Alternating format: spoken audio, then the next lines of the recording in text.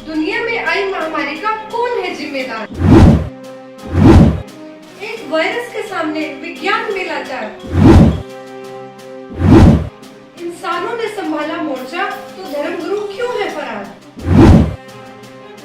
एक संत के लाखों भक्तों की एक ही गुहार। बस एक बार संत रामपाल से करके देखे पुकार। भौतिकवाद के चकाचौंध में डूबे मानव को आज के हालातों ने हाशिए पर ला दिया है। एक वायरस के सामने दुनिया की बड़ी बड़ी शक्तियां घुटनों के बल खड़ी हैं। कई देश तो ऐसे हैं जो इलाज तो दूर जनता के पेट भरने के हालात में भी नहीं है, जिसने पूरी दुनिया को बंद दरवाजों के पीछे ये सोचने पर मजबूर कर दिया। अगर सुरक्षा की गारंटी विज्ञान के पास भी नहीं है तो फिर कहाँ जाए? दोस्तों, मैं सोनम शर्मा आज आपके सामने इन सभी सवालों के जवाब प्रमाण के साथ रखने जा रही हूँ। तो आपके सामने कुछ ऐसी भविष्यवाणियों की गुत्थी सुलझाने जा रही हूँ जिसको देखकर आप हैरान हो जाएंगे। तो आइए मेरे साथ। दुनिया के हर कोने में आई इस महामारी ने पूरी दुनिया को एक तबाही के मुहाने पर खड़ा कर दिया है। आज के हालातों को दुनिया के महान भविष्यवक्ता मिशेल दी नोस्ट्राडामस ने बहुत पहले ही देख लिया था। उन्होंने अपने ग्रंथ के शतक 10 श्लोक 96 में उस महापुरुष का भेद भी दिया जो इस पूरे विश्व को इस आपदा से निकाल सकता है। उस कल्याणकारी महापुरुष के बारे में हुई एक एक भविष्यवाणी को परत दर परत खोलते हैं। आइए देखिए। दोस्तों, विश्व में हिंदुस्तान ही ऐसा देश है जो 3 ओर से सागर से घिरा है तथा हिंदुस्तान ही एकमात्र देश है जिसका नाम किसी सागर के नाम से मेल करता है, हिंद महासागर। फिर शतक 20 श्लोक 25 में कहा कि वो महापुरुष हिंदुस्तान में पैदा होगा। वो महापुरुष एक ऐसे प्रांत में जन्म लेगा जिसमें 5 नदियां बहती हों। ये उल्लेख उन्होंने शतक 1 श्लोक 50 में किया है। हिंदुस्तान का पंजाब ही एकमात्र ऐसा प्रांत है जिसमें 5 नदियां बहती हैं। इन्हीं के नाम से पंज और आप पंजाब नाम रखा गया है। नदियों के नाम सतलुज, व्यास, रावी, झेलम, चेनाब। नोस्ट्राडामस ने अपने शतक 5 श्लोक 41 में बताया कि उस महापुरुष द ग्रेट शायरन की 4 संतानें होंगी, जिसमें 2 पुत्र और 2 पुत्रियां होंगी। उस महापुरुष के बारे में एक और रहस्य उद्घाटन करते हुए नोस्ट्राडामस ने शतक 5 श्लोक 41 में लिखा है कि उस महापुरुष की माताएं 3 बहनें होंगी। नोस्ट्राडामस ने शतक 6 श्लोक 70 में लिखा है कि मैं छाती ठोक कर कहता हूं कि वो महापुरुष ऐसा ज्ञान बताएगा जो आज से पहले किसी ने नहीं सुना होगा। उसके ज्ञान को सुनकर सभी विद्वान कहलाने वाले धार्मिक गुरुओं को नतमस्तक होना पड़ेगा। एक बेहद हैरान कर देने वाली भविष्यवाणी नोस्ट्राडामस ने उस महापुरुष को लेकर करते हुए शतक 1 श्लोक 50 में कहा कि उस महापुरुष पर देशद्रोह अथवा राष्ट्रद्रोह समझकर लोग नफरत करेंगे, लेकिन बाद में सच्चाई जानने के बाद उससे बेहद प्रेम करेंगे। उसके द्वारा स्थापित आदर्श और विचारों का बोलबाला हर जगह हो जाएगा।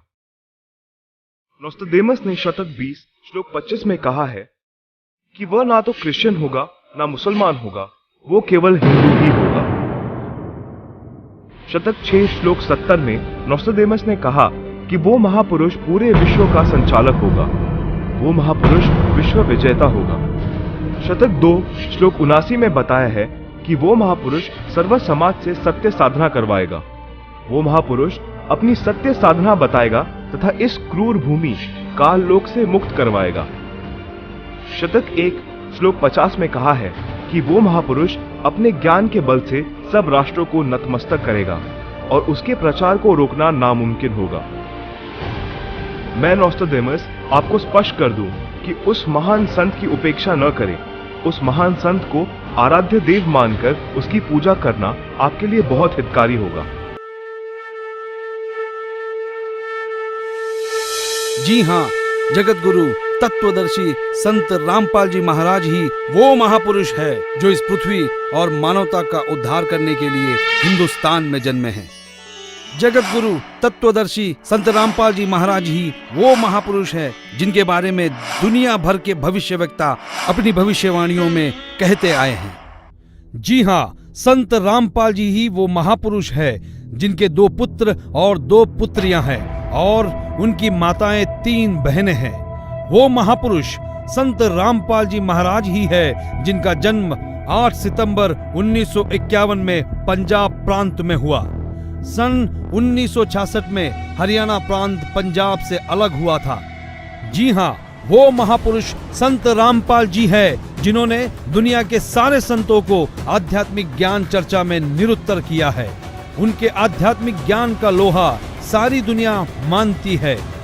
संत रामपाल दास जी का जन्म 8 सितंबर 1951 को छोटे से गांव धनाना, जिला सोनीपत में, उस समय पंजाब प्रांत वर्तमान में हरियाणा में हुआ है, जो 7 सितंबर 1971 में 20 वर्ष के होने वाले वो महापुरुष कोई और नहीं, संत रामपाल जी महाराज है।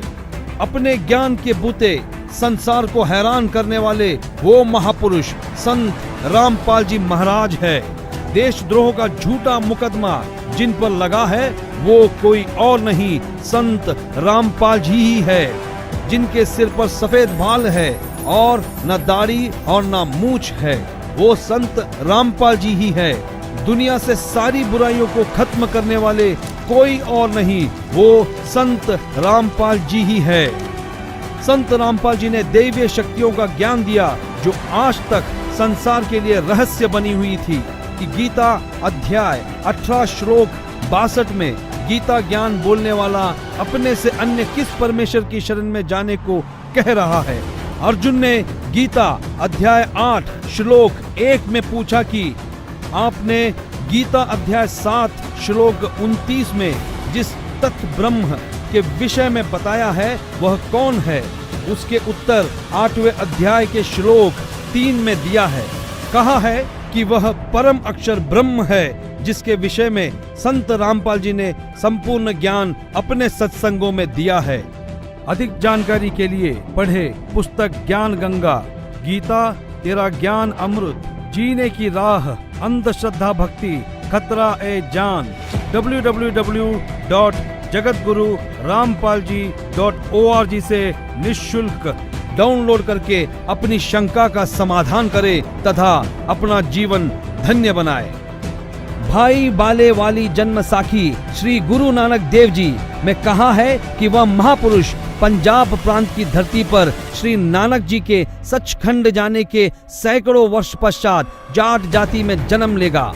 वह श्री नानक जी तथा कबीर जी जैसा महान ज्ञानवान होगा। यह 100% संत रामपाल जी पर खरी उतरती है। हरियाणा के छोटे से गांव में जाट जाति में जन्म लेने वाले कोई और नहीं, वो संत रामपाल जी महाराज ही है। किसी को यह भ्रम हो कि 10 सिख गुरुओं में से किसी की ओर यह संकेत है, उसके लिए स्पष्ट किया जाता है कि 10 सिख गुरु साहेबानों में कोई भी जाट जाति में नहीं जन्मा था।